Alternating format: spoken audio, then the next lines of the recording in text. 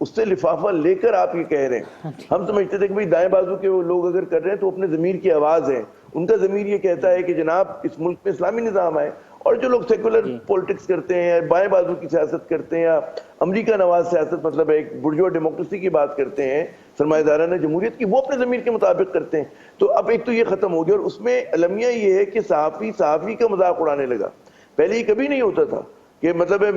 اگر فرض کریں امبر نے کوئی خبر کی یا ان کا ان کا آرٹیکل ہے تو میں جرت بھی نہیں کروں گا, میں ان سے خلاف کروں گا پڑھ کے, لیکن میں یہ نہیں کروں گا کہ میں مذاق اڑا رہا ہوں ان پہ کوئی جملہ میں کہہ رہا ہوں یا یہ میرے ساتھ یہ کہوں کہ جناب یہ کسی کے کہنے پہ, اشارے پہ یا پیسے لے کے لکھا اور بولا جا رہا ہے. نہیں, یہ میرے خیال میں پولرائزیشن اتنی ہو گئی کہ بغیر اشارے کے لوگ کر رہے ہیں. اتنے زیادہ ہم لوگ ملکہ جذبات ہو چکے ہیں کہ ٹویٹر کے اوپر آپ دیکھیں, میں دیکھتا ہوں بڑے بڑے جید صحافی جو ایڈیٹر رہ چکے ہیں, وہ جب تک وہ 4 لیٹر ورڈ نہیں یوز کرتے وہ سمجھتے ان کی بات مکمل نہیں ہوئی. وہ سمجھتے ہیں کہ اگر عامر جان صاحب یہ بھی نہیں ہو گیا کہ بعض لوگوں کا سروائیول اور بعض لوگوں کی شناختی یہ ہو گئی ہے, کیونکہ ایک صاحب کسی چینل میں بیٹھے تھے, بریک میں ایک پولیٹیشین نے ان سے پوچھا کہ یار یہ بات, انہوں نے کہا اگر میں یہ بات کروں تو مجھے بلائے گا کون, مجھے بلاتے ہی اس وجہ سے کیونکہ میں ایک سائڈ کی لائن لے کے بات کر رہا ہوتا ہوں. تو یہ صورتحال ہو گئی. نہیں وہ دیکھیں, آپ چلیں لائن لے کے بات کریں, آپ سمجھتے ہیں کہ جی مطلب ہے فلاں جماعت نے مبینہ طور پہ بدعنوانی کی, آپ بالکل اس کی کھال اتار دیں, بالکل کریں. لیکن جو ادب تہذیب ہوتی ہے, ہم جیسے لوگ یہ سمجھتے ہیں کہ ہم سوشل میڈیا پہ وہی بات کہیں گے جو میں مین اسٹریم میڈیا پہ کہوں گا. لیکن اگر میں یہاں پہ گالی نہیں دے سکتا تو میں وہاں بھی گالی نہیں دوں گا. اگر میں یہاں پر اب کسی سے بدتمیزی نہیں کر سکتا, دیکھیں بدتمیزی کرنا ایک الگ ہوتی ہے, یہاں تو گالم گلوچ کی نوعیت آ گئی. جو میں آپ سے عرض کر رہا تھا کہ سینئر صحافی ہیں, ایڈیٹر رہ چکے ہیں, وہ میں ایسے کئی ہیں, بہت ساری شخصیات ہیں, وہ کہیں گے اگر ان کو پسند نہیں آئی تو انہوں نے آپ کے اوپر مذاق اڑانا شروع کر دیا, آپ پہ جملہ کہہ دیا. لیکن یہ پولیٹیکل ایکٹیویزم جو ہے کرنے لگے نا, کا پولیٹیکل ایکٹیویزم عامر جان صاحب,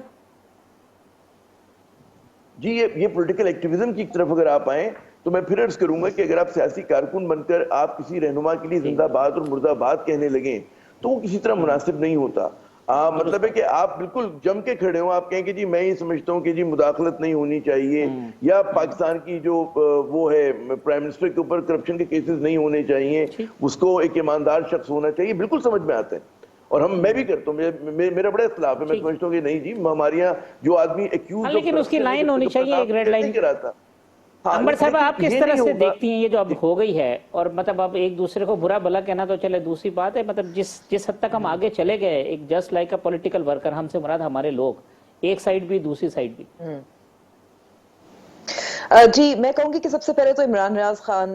کو جس طریقے سے اور جن کیسز کی بنیاد پر گرفتار کیا گیا وہ قابل مذمت ہے, اس لیے کیونکہ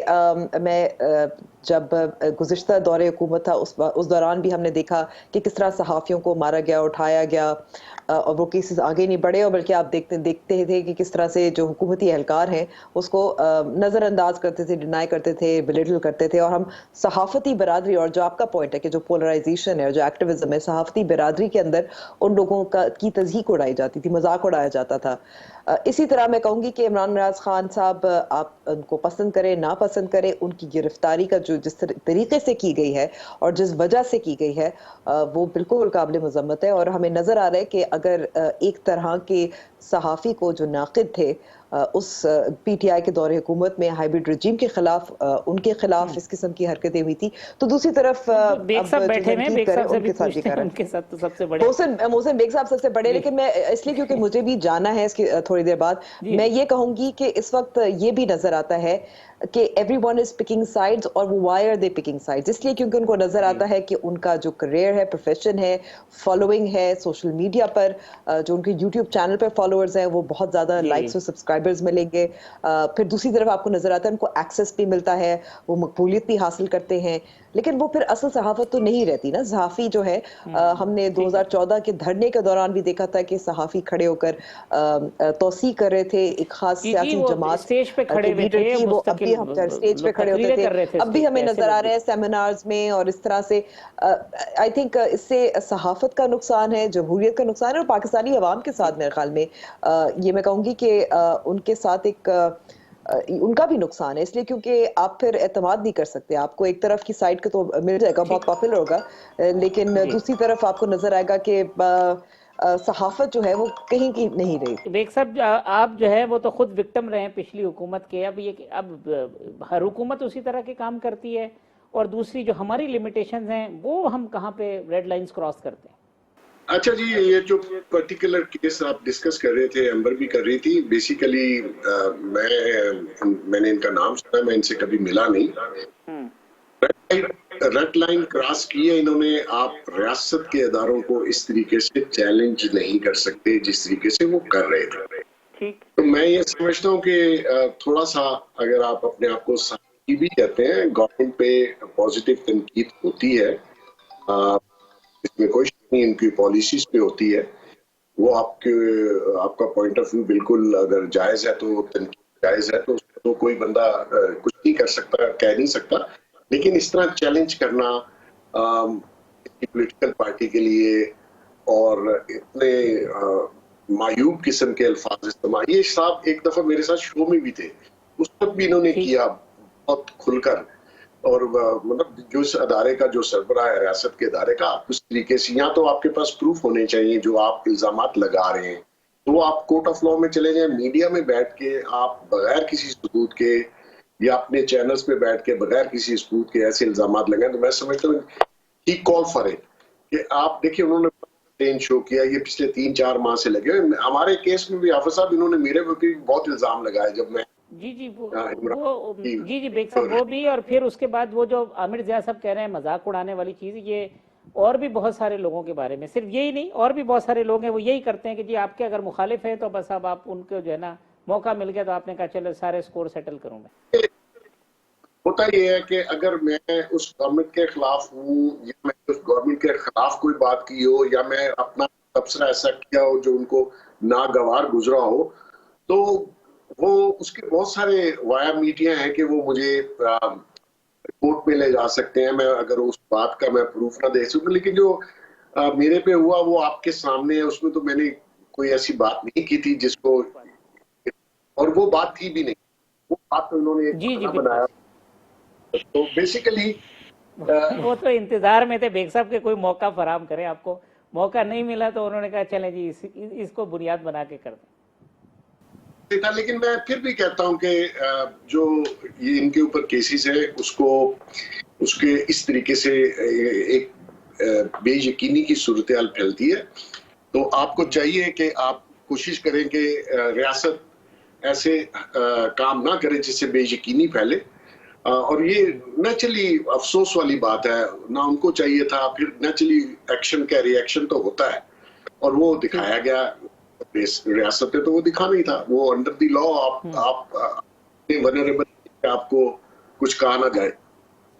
ٹھیک بات ہے. یہ مجھے وقت چونکہ کم ہے, میں جان صاحب یہ عمران خان صاحب نے کہا میرے پاس ایک ویڈیو ہے میں نے ریکارڈ کر دی ہے, وقت آنے پہ بتاؤں گا سازش کے, تو اتنا کروشل ٹائم ہے وہ کیا چھپا رہے ہیں قوم سے؟ یہ اللہ جانتا ہے, وہ تو خود جانتے ہیں یا نہ جانتا ہے, کیونکہ سب کنجیکچرز ہیں, ہماری assumptions ہیں